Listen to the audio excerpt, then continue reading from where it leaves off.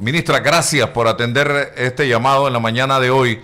Ayer, y me gustaría comenzar con este tema por la actualidad, se han estado dando situaciones a lo interno del Centro Femenino de Rehabilitación. Ayer una abogada habló aquí en Noticias 180 Minutos de algunas reyertas que han necesitado de la presencia de la policía en el área.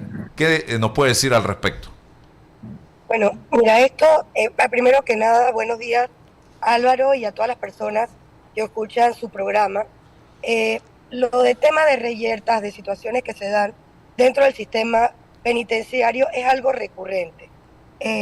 Todo el tiempo vamos a ver situaciones, discusiones que se dan entre privadas de libertad, situaciones que se dan entre ellas y custodias porque definitivamente están en un ambiente, en un ecosistema donde están conviviendo diferentes actitudes de personas que están dentro de ese entorno. Pero bueno, lo importante es que todo se mantiene dentro de lo posible, bajo control en todo momento, dentro de estas instalaciones. Y esa es una de las razones por las que precisamente nosotros tenemos que darle un giro urgente a lo que es el sistema penitenciario y a nuestras cárceles en Panamá. No solamente a las privadas de libertad, donde están las privadas de libertad, sino también donde están privados de libertad. ¿Qué modelo aspira a seguir usted en cuanto precisamente al tema penitenciario en este país? Y se lo pregunto porque siempre se habla de que si quieres conocer un país, visita sus cárceles. Y yo no creo que Panamá en este momento tenga nada que mostrar en relación con el tema penitenciario. Mira, es vergonzoso que un país como el nuestro, con 4 millones de habitantes, un poco más, tengamos la cantidad de cárceles que tenemos en estos momentos, la cantidad de privados de libertad que tenemos. El sistema se pensó para 14.000 privados de libertad, ya estamos llegando a los 25.000. Ahí tenemos un aumento por detenciones preventivas, por personas que incluso ya han cumplido su condena y porque en el tiempo no ha habido la voluntad de agilizar el trámite para poder hacer las audiencias. Lamentablemente pues se mantienen siendo personas libres dentro del sistema. Como modelo nosotros tenemos que aspirar a tener un sistema penitenciario que dé disciplina, que permita de verdad la reconciliación del infractor de las leyes con el resto de la ciudadanía, que es importante, y eso solo se obtiene si tienes resocialización implementada dentro de los sistemas. Panamá prácticamente es un depósito de personas en cuanto a las cárceles, pero no se hacen programas que realmente impacten, no solamente al privado de libertad, sino también a esa familia, porque recordemos que cuando tenemos a una persona privada de libertad, también nosotros estamos creando inmediatamente a una familia en riesgo, que si el Estado no la atiende, las organizaciones criminales la van a atender. Y eso es lo que hemos visto, que lamentablemente pues tenemos incluso familias completas ya inmersas dentro del sistema. A mí me ha tocado ver abuela, madre y nieta ya siendo privadas de libertad, siendo personas que están dentro de nuestro sistema. Ingeniero Blandón. Buenos días, señora ministra. Buenos días. Un placer tenerla aquí con nosotros en la mañana de hoy. Un par de preguntas, si me lo permite. La primera, los presos en las cárceles, sobre todo aquellos que están en las cárceles sin el debido proceso y que están más tiempo del que debían estar si fueran condenados. De eso lo hemos venido escuchando cada quinquenio. ¿Qué cosas vamos a hacer nosotros para sacar de la cárcel a aquellos que ya o cumplieron o que no se les ha seguido el proceso? Hay una especie de atascamiento que no resolvemos y dejamos a jóvenes de ambos sexos presos en una escuela del crimen. Es correcto. Mire, lo primero es buenas noticias. Ya yo logré reunirme con el procurador, también con la magistrada presidenta de la Corte Suprema de Justicia.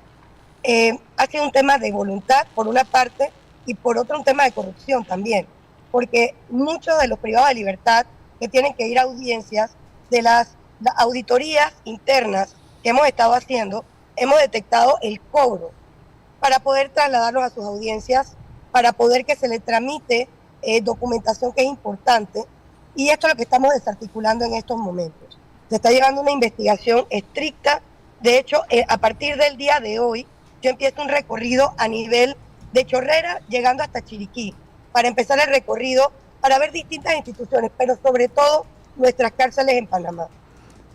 Logramos hablamos con la magistrada presidente, nos reunimos con el procurador y en estos momentos estamos levantando el plan de descongestión que debe empezar, si todo sale muy bien, debemos estar iniciando en el mes de septiembre, para ir descongestionando el sistema, sin que las personas que ya han cumplido, que pueden estar fuera del sistema, tengan que pasar por toda la tortura de este trámite retenido, que es lo que se ha venido dando por mucho tiempo.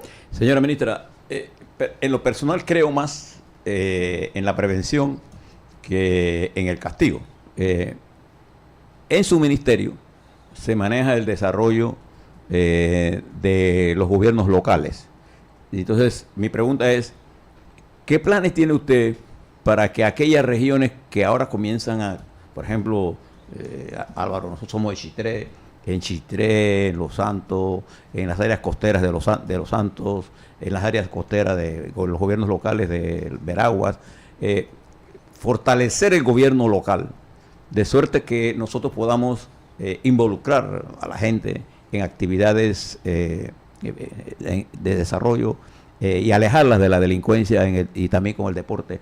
Usted maneja esa parte en su ministerio, la parte de prevención, porque usted como ministra de gobierno no solamente tiene que ver con las cárceles, tiene que ver con que no lleguemos a las cárceles. Es correcto. Nosotros tenemos dentro del ministerio 3 programas, que van, uno es precisamente lo que es la dirección de prevención de riesgo. Y en esa dirección poco se había hecho, casi siempre era organizar ligas. Ahorita, en estos momentos, a través de nuestra directora Cira Valdés, estamos implementando una serie de programas y precisamente para atender a ese sector de hijos, familiares de privados de libertad, menores, para evitar que lleguen a lo que sería el IEI, que anteriormente era lo que nosotros conocíamos como el tutelar de menores, y que en peor escenario lleguen al sistema penitenciario. Entonces están implementando una serie de programas. De verdad que el ministerio tiene mucho para hacer a través de estos programas donde se trabaja incluso con las familias. Aquí hay que hacer algo integral, tenemos que trabajar en educación, tenemos que trabajar en deporte, tenemos que trabajar en cultura. Y esos son los programas que nosotros estamos implementando. En Panamá tenemos la ventaja de que son muchas las fundaciones, ONG que están dispuestas a ayudar. Sin embargo, pues por alguna razón, estos programas y estas instituciones no se les ha prestado atención. Y parece mentira, pero son fundamentales para hacer que merme lo que es la criminalidad en Panamá, porque para allá tenemos que caminar. En vez de estar haciendo más cárceles, nosotros deberíamos ir en camino de disminuir la cantidad de cárceles que tenemos en el país, que además de todo nos cuestan fortunas sostener un sistema penitenciario como tal. Y nos ahorramos mucho si trabajamos más en prevención, en educación y en cultura. Ministra, buenos días. Lisbeca Lescano les saluda. Quiero conocer un poco, en base al tema de la migración en nuestro país, cómo anda el tema de las estadísticas de extranjeros en nuestras cárceles y si se tiene algún programa proyectado para repatriación de los mismos. Cuénteme un poco sobre eso. Es correcto. En Panamá ahorita mismo, de la última revisión que hicimos, llegando yo al ministerio, estamos en 1.701 privados de libertad extranjeros. Igual situación está pasando en otros países donde también tenemos panameños que están pues privados de libertad. Nosotros efectivamente estamos organizando una jornada de repatriación para poder también de alguna manera ayudarnos a poder ir descongestionando el sistema, aparte que es un tema humanitario. Al final estas personas privadas de libertad en un país donde no están sus familiares, es difícil que ellos tengan acceso a necesidades básicas y sobre todo a tener ese contacto con una visita, con un familiar que esté pendiente de ellos dentro de las cárceles. Entonces, efectivamente, eso forma parte de nuestro programa para descongestionar el sistema. Por supuesto, tenemos que esperar que la persona esté con una condena, hacerle sus audiencias a los que faltan para saber cuál va a ser el estatus de ellos, pero sí inmediatamente que mantenga pues una situación en la que podamos avanzar con la repatriación, ese es el camino que estamos iniciando. Ministra, usted tiene otras instituciones bajo su cargo. Una de ellas, los bomberos, si mal no recuerdo. Otra, los correos. Y vimos al presidente ser o hablar en tono enérgico sobre el tema de las coimas en los bomberos, que es un secreto a voces en algunas áreas del país. Y también vemos a diario y desde hace años la queja en contra de los correos, porque los correos nacionales están todavía viviendo la época de Pedro Picapiedra, cuando el presente demanda modernización. Ya hoy tuvo este tipo de diligencias, las hace. Yo casualmente ayer puse un documento en DHL, que no paga pauta aquí, y para otro país, y me dicen mañana está allá y lo tienen allá directamente, mientras que en los correos había hasta un problema de que no le pagaban a la empresa aérea y por eso no se iban las mercancías. No sé qué vamos a hacer con todo esto, ministra. Los correos, yo pensé que en el ministerio quizás la gente piensa que lo más difícil iba a ser el sistema penitenciario. Sin embargo, para mí lo más complicado ha sido precisamente encontrarme con el estado en que están nuestros correos nacionales. Muchas situaciones que se venían dando, incluso tenemos reportes sobre temas donde los dineros, las remesas que se mandaban, por poner un ejemplo, de Darién para familiares en Panamá, se extraviaban en el camino. Ya los correos como los tenemos en estos momentos no funcionan, representan un gasto para el país inmenso, producen alrededor de 3 millones, nos están costando 8 millones. Encima de eso, la cantidad en aumento de la deuda que se mantiene y nos ha tocado entrar a poner orden en la casa, reestructurar y entonces buscar la forma de que lo hagamos quizás más competitivo, porque a los correos nacionales, lamentablemente, la modernización del sistema de envío, de remesas, de encomienda, le pasó por encima. Y lo que toca ahorita mismo es buscar algún plan, alguna forma, una estrategia, que es en lo que estamos haciendo ese levantamiento de un estado de situación real, para poder entonces avanzar con la modernización de los correos. Buscar alternativas de quizás empresas mucho más expertas en el sector que nos permitan a nosotros dar un servicio eficiente, efectivo, y que al final esto no sea un costo tan elevado, una pérdida de tantos fondos para el Estado, sin que el usuario esté recibiendo el mejor servicio. Sí, ¿y el otro tema de los bomberos? Por supuesto, los bomberos, pues se han hecho auditorías. Mira, algo en lo que yo creo mucho, y creo que me ha caracterizado a mí por mucho tiempo, es que yo creo en el debido proceso. Hay situaciones en todas las instituciones, tenemos que hacer las investigaciones, se están haciendo las auditorías para entender qué es lo que estaba sucediendo, pero más que entender lo que sucedía, entender quiénes son los que lo ocasionaban, para no impactar tanto a la institución. Los bomberos son para nosotros esas personas que cuando hay situaciones de riesgo, definitivamente son los que entran cuando todo el mundo está saliendo.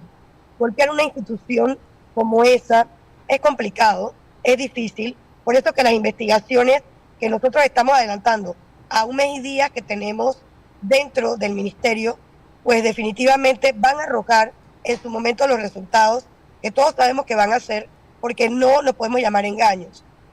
Hay situaciones dentro de la institución, pero no solamente por algunos funcionarios, sino también por estas personas que entran a ser tramitantes y hablan en nombre de la institución.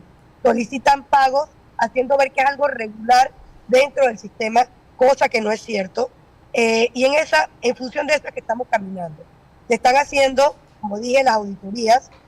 Ayer recibí una del área de Chitré con unos hallazgos.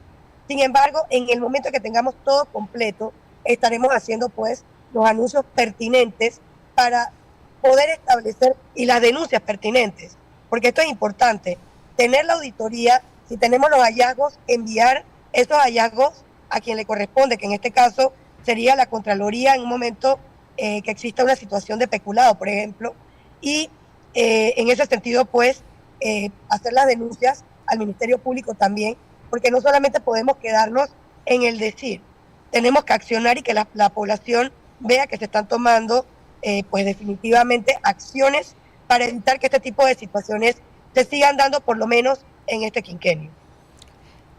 Sí, Lisbeth. Ministra, para que me gustaría que resumiera, sé que hemos abordado varios temas, pero en su escucha, en su experiencia, ¿cuáles son los principales desafíos que enfrenta en esta gestión y cuál sería ese legado que usted quisiera dejar posterior a 5 años de gestión frente a este ministerio tan importante? Bueno, como legado, a mí me encantaría cambiar el sistema penitenciario.